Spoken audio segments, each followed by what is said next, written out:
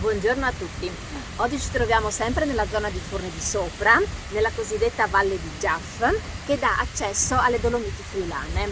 Da qui partiremo per raggiungere il rifugio che porta lo stesso nome, il rifugio Giaf, che vi indico qua nella cartina. Noi partiremo da qua, andremo lungo il sentiero 346 del CAI, una volta raggiunto il rifugio scenderemo attraverso la forestale, poi sul momento vedremo se fare l'anello di Bianchi in quota. Dopo circa 5 minuti dall'inizio e dopo aver percorso una salita abbastanza pendente, si raggiunge un bivio. Verso sinistra, verso di qua quindi, si va lungo la forestale, invece verso destra, parlando sempre in direzione contraria, si va lungo il sentiero che costeggia il torrente e raggiunge il rifugio.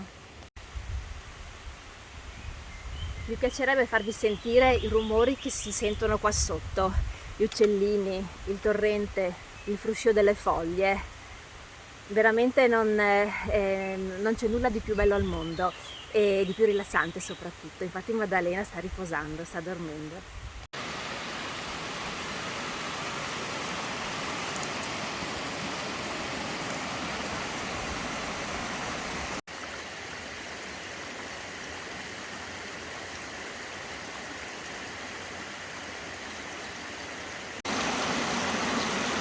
Qua non mi sentirete, ma le immagini parlano da sole.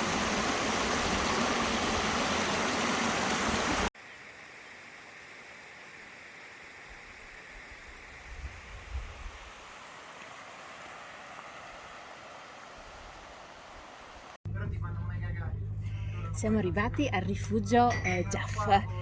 Ci abbiamo impiegato 40 minuti in realtà, abbiamo abbastanza pedalato. Comunque da qua veramente c'è una vista fantastica e guardate che bello anche il rifugio dove potete mangiare qualcosa di tipico.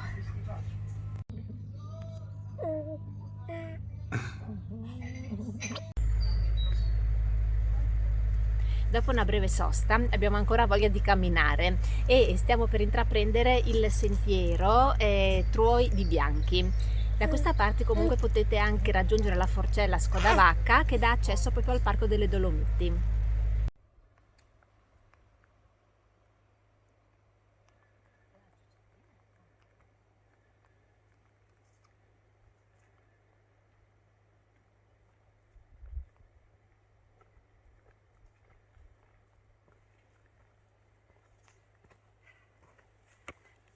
Bellissimo qua.